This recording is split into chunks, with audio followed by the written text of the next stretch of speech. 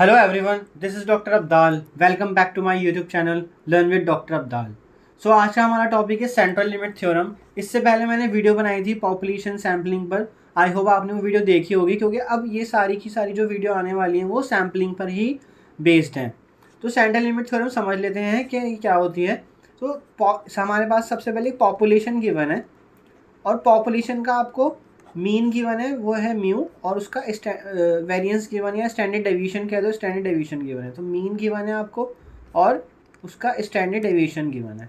अब पॉपुलेशन से आप कोई सा भी सैंपल ड्राइव कर सकते हो, कितने भी साइज़ का। तो हम यहाँ पे हम जो सैंपल ले रहे हैं उसका साइज़ जो है वो हम एक थोड़ा बिगर साइज़ ले रहे हैं, जो उस पर हमने रेस्ट्रिक्शन लगा दी है n>30।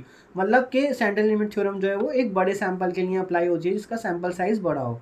जो हमने 30 को डिनोट कर दिया कि 30 से बड़ा होना चाहिए।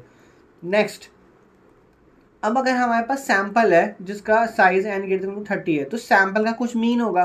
तो सैंपल मीन को हम किससे डिनोट कर रहे हैं? यहाँ पे सैंपल मीन को हम डिनोट कर रहे हैं x बार से। ठीक है। अब यहाँ पे हम जो सेंट्रल लिमिट थ्योरम लगाते हैं वो किस तरह से लगाते हैं? जो हम सैंपल मीन आ रहे हैं हमारा x बार, तो इस x बार को हम एक रैंडम वेरिएबल की तरह ट्रीट करते हैं।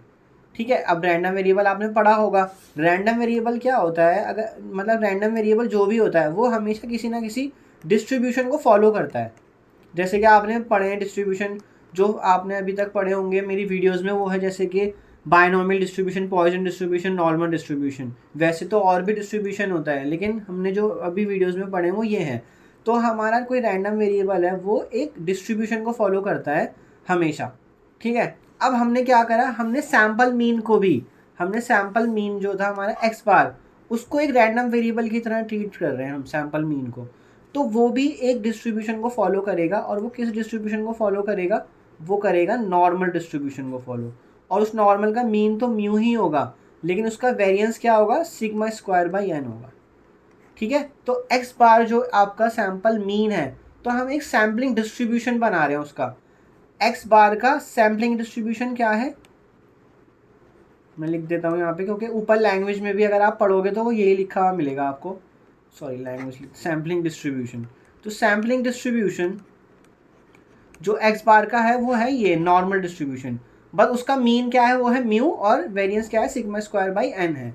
इसका मतलब ये हुआ कि अगर मैं, और हमें एक चीज़ पता है, हमने पढ़ा है नॉर्मल की वीडियोस में, आप देखना कि अगर एक्स कोई नॉर्मल डिस्ट्रीब्यूशन को फॉलो करता है with mean mu and variance sigma square. ठीक है। ये मीन है म्यू और ये वेरिएंस है। ये मैं नॉर्मल को आपको रिकॉल करा रहा हूँ, कभी आप दोनों में कंफ्यूज हो जाओ।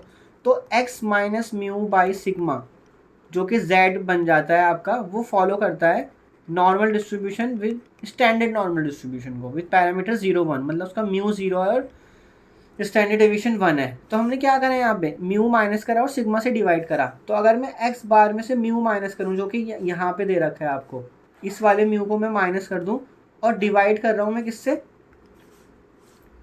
ये वेरिएंस है, तो इसका स्टैंडर्ड डेविएशन क्या बनेगा? इसका स्क्वायर रूट। तो sigma square by n, sigma square by n का जब मैं स्क्वायर रूट लूँगा तो क्या बन जाएगा? Sigma by square root N.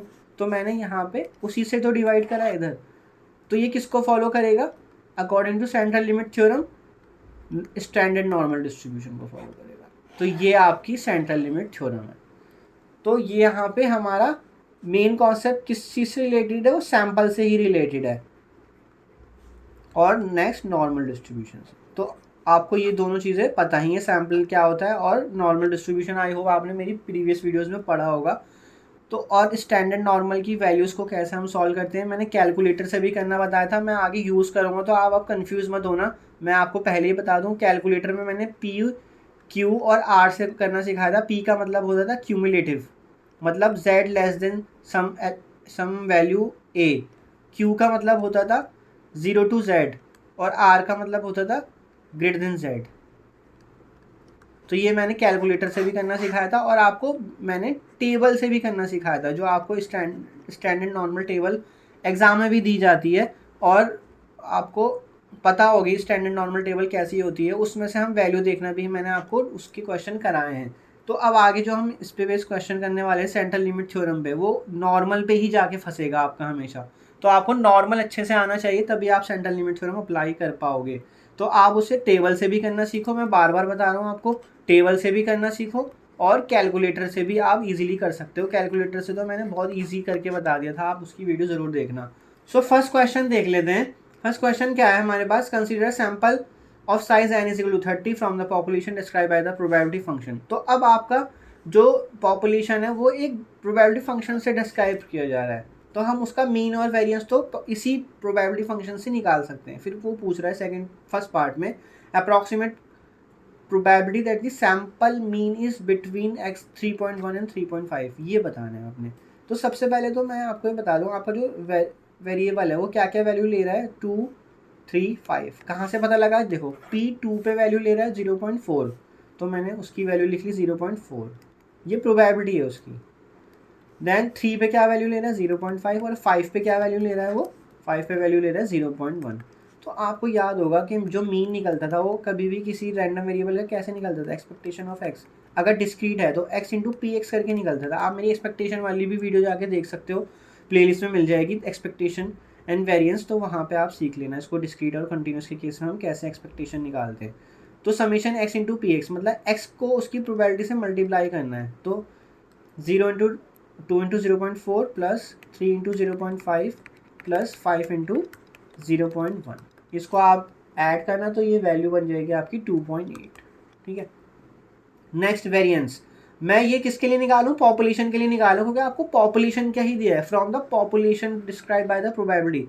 जो पॉपुलेशन है ना वो इसके थ्रू बताया जा रहा है, उसकी इन्फॉर्मेशन हमारे पास, पॉपुलेशन की इन्फॉर्मेशन ये है। तो मैंने पॉपुलेशन का मीन निकाल लिया म्यू, अब मैं पॉपुलेशन का वेरिएंस निकालूंगा, दैट इज सिग्मा स्क्वायर। ये पॉपुलेशन का है, याद रखना। ठीक है, पॉपुलेशन का है। तो इसका फॉर्मूला क्या होता था, expectation of x square minus expectation x का होल स्क्वायर होता था। तो इसके लिए अगर मैं एक्सपेक्टेशन एक्स स्क्वायर निकालूं तो मेरा काम हो जाएगा, क्योंकि एक्सपेक्टेशन एक्स मैंने ऊपर ऑलरेडी निकाला हुआ है, तो उसका स्क्वायर करना है। एक्सपेक्टेशन एक्स मैंने यहाँ निकाल ही लिया है, अब मुझे निकालना है एक्सपेक्टेशन एक्स स्क्वायर।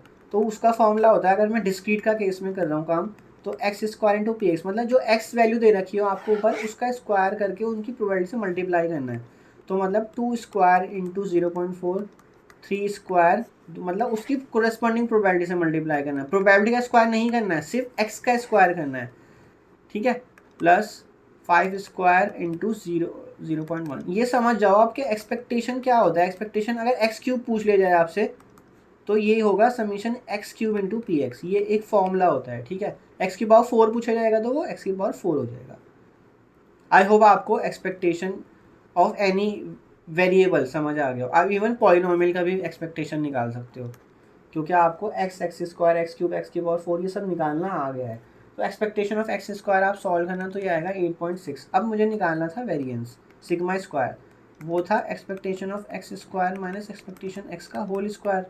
तो एक्स स्क्वायर क्या निकाला 8.6, और एक्सपेक्टेशन एक्स आपने ऊपर यहाँ निकाला हुआ था, वो क्या आ रहा था 2.8 आ रहा था। तो 2.8 का स्क्वायर हो जाएगा। तो इसको सॉल्व करो, इसको सॉल्व करके वैल्यू आएगी 0.76। और एक चीज़ और याद रखना, आप अब चीज़ों को ना राउंड ऑफ करना भी सीख लो। अगर फॉर एग्जांपल 1.567 कोई वैल्यू आ रही है इतनी बड़ी, तो आप उसे 2 डेसिमल प्लेसेस तक राउंड ऑफ कर लो। तो अगर 5 के बाद 6 लिखा है तो उसका मतलब वो 16 भी लिख सकते हो, क्योंकि वो 5 से बड़ा नंबर है। फॉर एग्जाम्पल 1278 लिखा है तो वो ये हो जाएगा 0.18 हो जाएगा। तो राउंड ऑफ करना भी सीख लो, डेसिमल के 2 प्लेसेस तक इनफ होता है आपका, इतनी एक्यूरेसी इनफ है एग्जाम के पॉइंट ऑफ व्यू से। अगर आप रियल लाइफ में कोई बहुत बड़ी चीज़ कर रहे हो, फॉर एग्जांपल आप प्रोबेबिलिटी निकाल लो कि कहीं पे कितना सोना छुपा हुआ है, उसकी प्रोबेबिलिटी निकाल लो, तो वहाँ पे तो बहुत पॉइंट भी मैटर करता है। तो पॉइंट वहाँ पे बहुत मैटर करता है, तो उस पॉइंट को आप फिर इग्नोर नहीं कर सकते आगे वाले। लेकिन अभी हम एग्जाम पॉइंट ऑफ व्यू से करें तो राउंड ऑफ करके भी निकाल सकते हो चीज़ों को, इतने सारे डेसिमल प्लेसेस तक लिखने की ज़रूरत नहीं है। तो आपने सिग्मा स्क्वायर निकाल लिया है, यहाँ पे सिग्मा स्क्वायर निकाल लिया। तो अब देखो आपका ये सैम्पल मीन है, तो सैम्पल मीन जो है वो एक डिस्ट्रीब्यूशन फॉलो करता है, और जैसे मैंने आपको सेंट्रल लिमिट थ्योरम में बताया कौन सा, normal distribution with mean mu and variance sigma square by n, ये फॉलो करता है।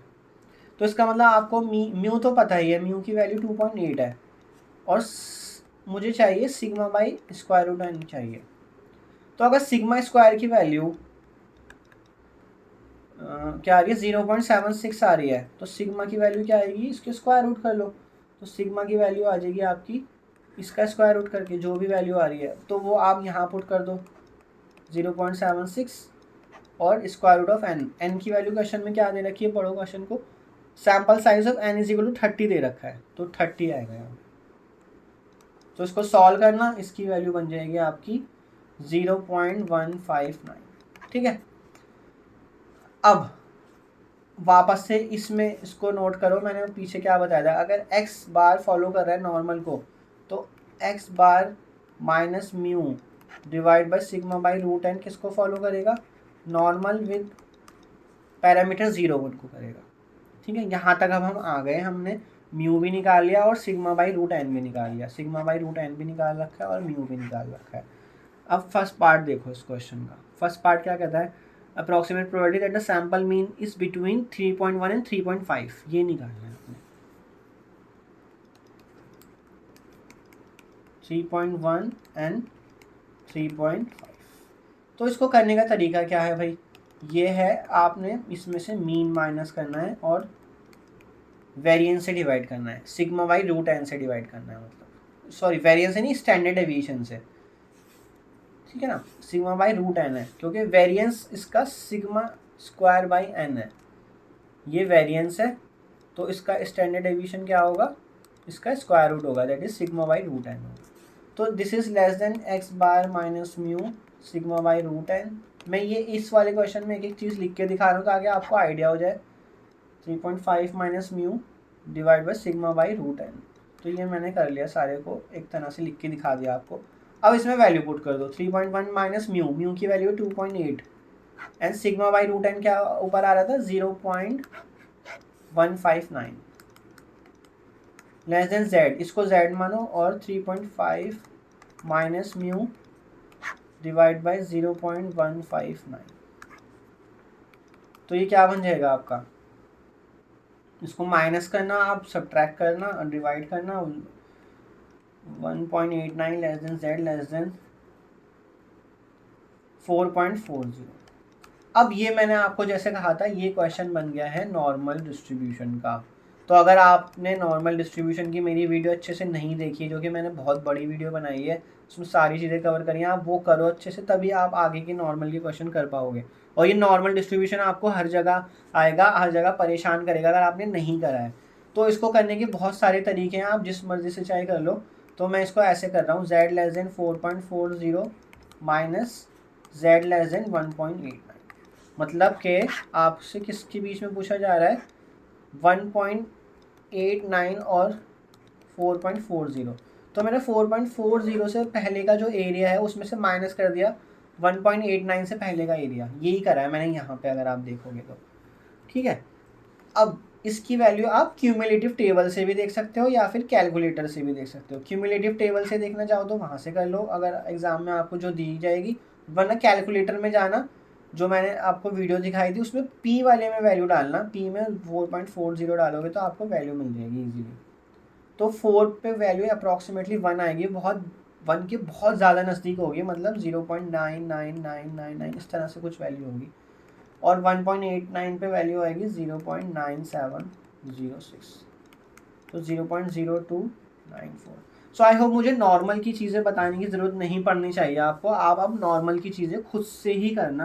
क्वेश्चन है एक्चुअल में सेंट्रल लिमिट थ्योरम का, तो ये क्वेश्चन यहाँ फर्स्ट पार्ट सॉल्व हो गया है। अब सेकंड पार्ट देखो क्या कह रहा है, approximate probability that the sample mean is less then 2.6, तो लेस देन 2.6 के लिए हमें करना है, sample mean is less then 2.6, ये करना है। तो मैं इसे क्या कर सकता हूँ, x bar minus mu by sigma by root n. तो आप डायरेक्ट करने ना, मैं आपको एक इस क्वेश्चन में करके बता रहा हूँ, तो आपको आपकी याद हो जाए, क्योंकि हम क्वेश्चन जब बार बार करते हैं ना तो हमें याद हो जाता है। 2.6 माइनस म्यू 2.8 था म्यू, और सिग्मा बाई रूट एन की वैल्यू क्या थी 0.159, तो ये निकालना है इसमें आपने। तो z इज लेस देन क्या बन जाएगा, इसको सॉल्व करोगे तो -1.26 बन जाएगा। ठीक है, अब इसको मैं क्यूमुलेटिव से करना चाह रहा हूँ, मैं क्यूमुलेटिव से ज़्यादा करता हूँ क्वेश्चन को, क्योंकि क्यूमुलेटिव बहुत स्टैंडर्ड होता है। अदरवाइज आप 0 टू Z वाली टेबल से भी कर सकते हो, मैं दोनों तरीके से भी सिखाया है आपको, हर तरीके से सिखाया, आप देखना वीडियो जाके ज़रूर। तो इसको मैं इस तरह से लिख सकता हूँ, Z लेस देन 1.26, 1 माइनस करके लिख सकता हूँ। अब आप ये वैल्यू टेबल, ये वाली वैल्यू जो है टेबल से देख सकते हो या कैलकुलेटर में आप P से देख सकते हो। P में आप 1.26 डाल के कर लेना इसको, तो ये बन जाएगा आपका 1 माइनस 0.89617 क्या अराउंड 0.10383। ठीक है। और कैलकुलेटर में याद रखना, कैलकुलेटर में जब आप नॉर्मल डिस्ट्रीब्यूशन करोगे तो उसका मॉड चेंज कर लेना, मॉड में जाके आपको स्टैंडर्ड डेविएशन में जाना है। स्टैंडर्ड डेविएशन के लिए आपको 1 प्रेस करना पड़ेगा, उसके बाद आपको डिस्ट्रीब्यूशन में जाना है, तो आपको शिफ्ट प्रेस करके करना होगा, आपको शिफ्ट प्रेस करके ही वो आप डिस्ट्रीब्यूशन को उठा सकते हो। तो 3 प्रेस करोगे, ये मैंने वीडियो में अच्छे से बताया, आप देख लेना। सो हमारा फर्स्ट क्वेश्चन हो गया, अब चलते हैं नेक्स्ट क्वेश्चन पे। सो नेक्स्ट क्वेश्चन क्या है, consider a random sample of size n is equal to 36 from a population describe by the population function. तो पॉपुलेशन अगेन एक पॉपुलेशन फंक्शन से डिस्क्राइब किया गया है, जो कि यहाँ पे दे रखा है आपको। ठीक है, तो हम क्या करेंगे, सबसे पहले मीन निकाल लेंगे। तो मीन निकालने के लिए सबसे पहले तो आप डेटा को लिख लो ताकि आपको समझ आए चीज़ों को।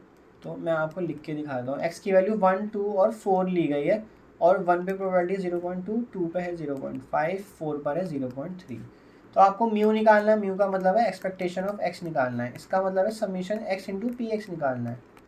तो एक्स को पी एक्स से मल्टीप्लाई करते चले जाओ, एक्स इंटू उसकी प्रोबेबिलिटी, फिर 2 इंटू उसकी प्रोबेबिलिटी एंड 4 इंटू उसकी प्रोबेबिलिटी दैट इज 0.3। इसको ऐड करो सम करके, तो ये बनेगा आपका म्यू बनेगा 2.4। नेक्स्ट, ये आपका पॉपुलेशन के लिए हो रहा है। ठीक है, पॉपुलेशन का variance that is sigma square.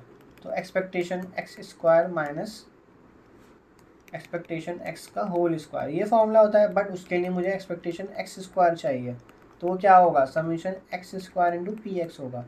तो एक्स का स्क्वायर करो और उसकी प्रोबेबिलिटी से मल्टीप्लाई कर दो, 0.2, फिर 2 का स्क्वायर और उसकी प्रोबेबिलिटी है 0.5, एंड 4 का स्क्वायर और उसकी प्रोबेबिलिटी 0.3। ये है आपके एक्स 1, 2, 4, ये हैं आपके एक्स, और उसकी प्रोबेबिलिटी क्या है, वो है ये 0.2, 0.5 और 0.3। So expectation of x square आप सॉल्व करोगे तो 7 के अराउंड आएगा। अब आपने निकालना है सिग्मा स्क्वायर। तो सिग्मा स्क्वायर का मतलब है एक्सपेक्टेशन ऑफ एक्स स्क्वायर में से माइनस करना है एक्सपेक्टेशन एक्स का होल स्क्वायर। तो एक्सपेक्टेशन एक्स स्क्वायर क्या निकाला है आपने अभी अभी 7, और एक्सपेक्टेशन एक्स आपने क्या निकाला हुआ था ऊपर 2.4, तो 2.4 का स्क्वायर करना है। तो ये फाइनल बनेगा आपका सिग्मा स्क्वायर बनेगा 1.24। तो यहाँ से इसका स्क्वायर रूट ले लो 1.24 का, तो वो अप्रॉक्सीमेटली आ जाएगा 1.114 के इक्वल।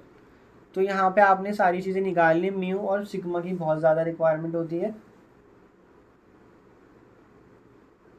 नेक्स्ट आप सिग्मा बाई रूट एन भी निकालोगे। तो sigma by root n, sigma की वैल्यू है 1.114, और एन की वैल्यू ऊपर क्या दे रखी है क्वेश्चन में 36, तो 36 का स्क्वायर रूट। तो इसको सॉल्व करना, वो सॉल्व हो गया आएगा अराउंड 0.186। अब हमें क्या निकालना है, फर्स्ट पार्ट पे आ जाते हैं।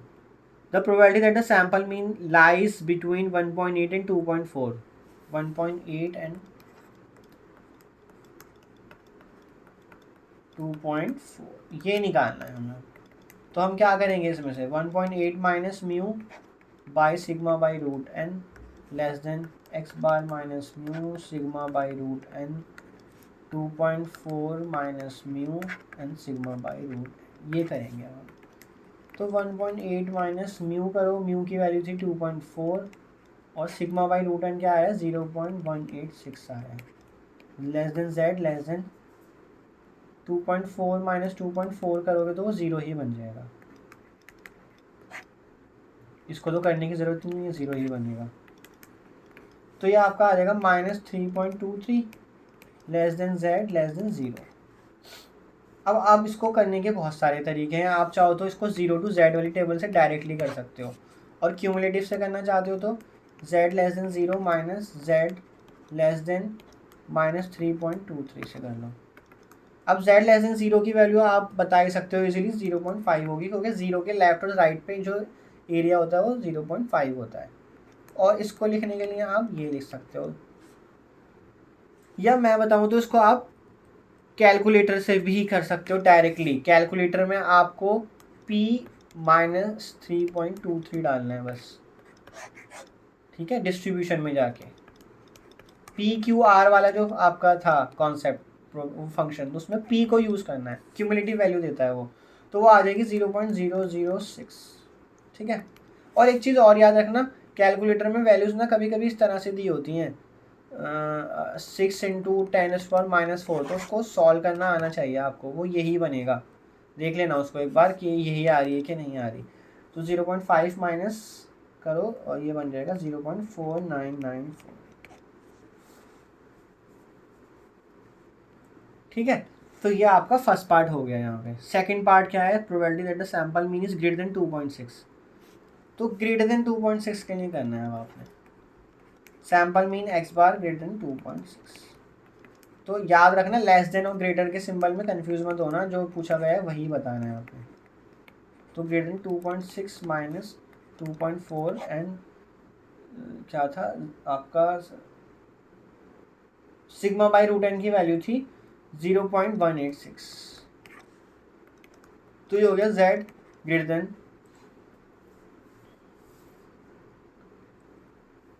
इसको सॉल्व करोगे तो ये आएगा अराउंड 1.08।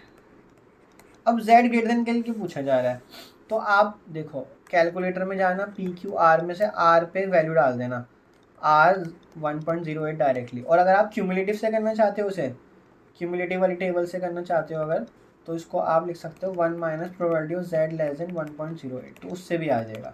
उससे नहीं आपको एक स्टेप एक्स्ट्रा करना पड़ जाएगा। तो 1.08 से पहले का सारा रीजन जो है वो आएगा 0.8599 के अराउंड। उसको सॉल्व करना तो 0.1401, तो जो 1.401 आ रही है वो आर में डायरेक्टली आ जाती। ये बताना चाह रहा हूँ मैं आपको, कैलकुलेटर का ये फ़ायदा है। तो ये आपका क्वेश्चन यहाँ पे सॉल्व हो गया, आपको सेकंड पार्ट में जो पूछा गया था। तो ये है आपके सेंट्रल लिमिट थ्योरम अप्लाई करने का तरीका। आई होप आपको समझ आ गया होगा। एक दो क्वेश्चन हम और देख लेते हैं तो आपको समझ आ जाएगा। इसमें तो क्वेश्चन में प्रोबेबिलिटी फंक्शन दे रखा था, तो आपने वहाँ से करा है। कहीं कहीं ज़रूरी नहीं है प्रोबेबिलिटी फंक्शन गिवन हो, तो आप बिना उसके भी इजीली कर सकते हो। सो जैसे कि थर्ड क्वेश्चन है, इसमें प्रोबेबिलिटी फंक्शन नहीं गिवन है, इसमें सीधा वैल्यूज ही गिवन है। एन की वैल्यू गिवन है और म्यू की वैल्यू गिवन है 50, और वेरिएंस गिवन है आपको, पॉपुलेशन का वेरिएंस है ये। देखो from a population whose mean is this, so use the central limit theorem, find approximate probability that the sample mean is less than 49। तो अगर सिग्मा स्क्वायर 25 है तो सिग्मा क्या होगा, 5 होगा। अब वो पूछ रहा है x bar is less than 49, ये पूछ रहा है आपसे। तो x bar minus mu by sigma by root n less than 49 minus mu, mu की वैल्यू है 50 by sigma by root n, आप अलग से निकाल लो। सिग्मा 5 है और रूट एन करना है, मतलब 64 का स्क्वायर रूट करना है, तो 5/8 बन रहा है आपका, ठीक है। तो ये बन गया आपका sigma by root n around 0.625, 0.625 लिख दें यहाँ पर। तो ये आ गया प्रोबेबिलिटी z लेस देन, इसको सॉल्व करो तो ये आएगा अराउंड -1.6। तो -1.6 को आप कैलकुलेटर में p की हेल्प से ईजिली कर सकते हो, और अगर आप कन्वर्ट करना चाहो तो क्यूमुलेटिव से भी कर सकते हो। तो डायरेक्टली अब मैं बता रहा हूँ, क्योंकि कैलकुलेटर आपके हाथ में होगा ही होगा, साइंटिफिक वाला कैसियो का अगर आपने ले रखा है तो, ठीक है। वरना आप इसे ऐसे भी कर सकते हो, probability of z less then 1.6 करके। तो ये वाली वैल्यू अब आप क्यूमुलेटिव टेबल से ढूंढ लेना। क्यूमुलेटिव टेबल से भी ढूंढ सकते हो और कैलकुलेटर में तो कर ही सकते हो। कैलकुलेटर में जब डायरेक्ट कर सकते हो तो फिर उसको कन्वर्ट करने की ज़रूरत ही नहीं है। कैलकुलेटर का फ़ायदा मैं आपको बार बार बता रहा हूँ। सो ये हमारा क्वेश्चन पूरा हो गया, यहाँ पे यही सॉल्व करना था आपने। तो देखो अगर प्रोबेबिलिटी में नहीं गिवन है, प्रोबेबिलिटी फंक्शन की फॉर्म में नहीं गिवन है, तो और भी ईजी हो जाएगा। सो लास्ट क्वेश्चन देख लेते हैं। इसमें भी हमें डेटा ऑलरेडी गिवन है, एन की वैल्यू 100 है, म्यू की वैल्यू, म्यू जो है पॉपुलेशन का है 60, और वेरिएंस क्या दे रखा है 400। तो सिग्मा क्या बन जाएगा, इसका स्क्वायर रूट दैट इज 20। तो using the central limit theorem find the probability that the sample mean does not differ, ये अलग है थोड़ा, does not differ from the population mean 60 by more than 3। तो ये पता है क्या बनेगा अगर लैंग्वेज में बनाओगे, does not differ from population mean, यानी इससे 60 से डिफर नहीं करता मोर देन 3 से ज़्यादा, इसका मतलब वो हमेशा लेस देन इक्वल टू 3 होगा। इनका जो डिफरेंस है, अब डिफरेंस में मॉड लगाया जाता है क्योंकि हो सकता है उसमें अगर आपने मॉड नहीं लगाया तो वो नेगेटिव में चला जाएगी वैल्यू, तो इसलिए यहाँ पे पॉजिटिव और नेगेटिव दोनों केसेस में वो मोर देन 3 नहीं होना चाहिए, तो इसलिए हमने mod less than equal to 3 कर दिया। वो हमेशा 3 और 3 से छोटी वैल्यू ही देगा जब आप पॉपुलेशन मीन को उससे डिफरेंस लोगे म्यू से 60 से, ठीक है ना। तो डिफरेंस ऐसे भी लिया जा सकता है, ऐसे भी लिया जा सकता है, दोनों तरीके से लिया जा सकता है, इसलिए हमने मॉड का यूज़ करा है। तो आपको ये वैल्यू निकालनी है। अब आपको एक चीज़ यहाँ पे मैथमेटिकल चीज़ यूज़ करनी पड़ेगी। अगर किसी नंबर का मॉड मतलब y is less than equal to 5 है तो इसका मतलब है y की वैल्यू -5 और 5 के बीच में लाई कर रही है। ये कॉन्सेप्ट आपको पता होना चाहिए मॉड का, है ना। मॉड की वैल्यू हमेशा दोनों तरफ खुल सकती है। तो इसको मैं इसी तरह लिखने जा रहा हूँ, x bar -60 is less than equal to 3 and greater than equal to -3 होगा। तो आप क्या करो, 60 ऐड कर दो हर साइड में, तो x bar is less than equal to 3 + 60 हो गया। तो ये बन गया आपका 57 less than equal to x bar less than equal to 63 बन गया। अब आपने इसे कन्वर्ट करना है 57 minus mu by sigma by root n में, तो less than equal to z less than equal to 63 minus mu by sigma by root n. अब म्यू तो आपको पता है ये क्या है, म्यू की वैल्यू ऊपर दे रखी है 60, सिग्मा बाई रूट एन और निकाल लेते हैं। तो सिग्मा आपका 20 है, यहाँ पे ये दे रखा, और square root of n, n की वैल्यू 100 है तो स्क्वायर रूट ऑफ 100 10 बनेगा, तो ये 2 आ जाएगा, तो डिवाइड बाई 2 आएगा यहाँ पे। सिग्मा बाई रूट एन की वैल्यू पुट करी है मैंने सीधा, ठीक है, आपने अब सॉल्व कर लिए जो, तो 63 माइनस 60 बाई 2 ये बनेगा आपका क्वेश्चन यहाँ पे। तो ये बन गया आपका -3/2 is less than equal to z less than equal to 3/2। तो ये क्वेश्चन बनने जा रहा है अब -1.5 less than equal to z less than equal to 1.5, ठीक है। अब मैं आपको यहाँ पे फ़ायदा बताता हूँ नॉर्मल का। नॉर्मल में मैं इसको किस तरह से लिख सकता हूँ, आप चाहो तो बहुत तरीके हैं, मैं आपको जो तरीका बता रहा हूँ आप उससे करोगे तो आसान रहेगा, क्योंकि कैलकुलेटर आपके पास है। आपको इन दोनों के बीच का रीजन, ये एरिया बताना है एक्चुअली में। तो मैं क्या इसको ऐसे नहीं लिख सकता, 2 into probability of z lying between 0 and 1.5, मुझे एक ही बार कैलकुलेट करनी है, 0 से 1.5 का डबल कर दिया मैंने, और ये वैल्यू आप कैलकुलेटर में PQR में जाके Q में डाल देना 1.5, Q में 1.5 डालोगे तो आपकी वैल्यू आएगी 0.43319 के अराउंड। तो इसको आप राउंड ऑफ करके कर लेना, तो अप्रॉक्सीमेटली ये आंसर आएगा आपका।